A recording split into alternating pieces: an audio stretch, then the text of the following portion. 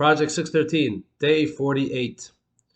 So the main mitzvah of Shabbos is to rest, not to do work. Lo taseh melacha, not to do the work that is prescribed by our sages as considered work that is prohibited on Shabbos. This does not just apply to us as people. However, our animals, our domesticated animals that we use for work, are also not allowed to work on Shabbos. This is something that is clearly stated in the Ten Commandments, that the obligation to rest on Shabbos applies to you, your entire family, your children, and your animals. Which means if someone has a cow and uses that cow to plow the field, for sure you're not allowed to plow the field on Shabbos with that cow, but even to rent out that cow to a non-Jew, and the non-Jew would use that cow to plow a field, that is prohibited on Shabbos. So here's a fascinating story that is told by our sages. There was once a Jew who had a cow that was very dedicated to him and plowed the field very well. One day, the Jew lost his money and needed to sell his cow. And the best customer available was a non-Jewish fellow, a wonderful guy.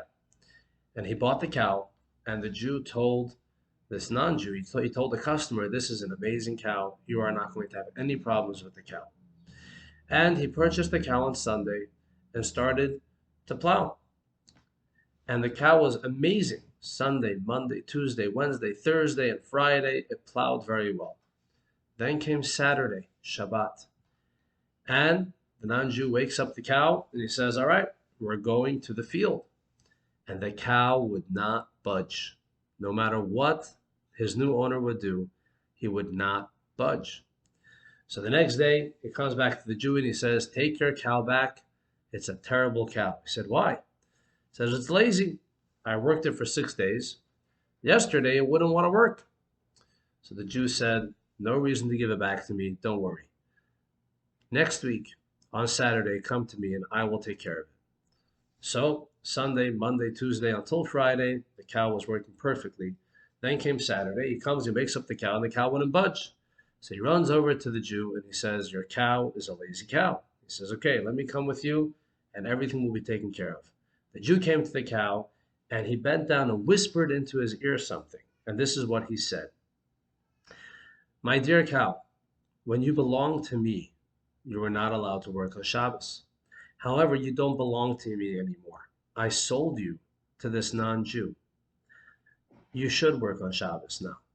You're only not allowed to work on Shabbos when you belong to a Jew. And as soon as the cow heard that, it stood up and was ready to go. So the new owner was shocked. He says, you're not going to leave here until you tell me the secret, how you got this cow to work. And the Jew shared with him what he told the cow.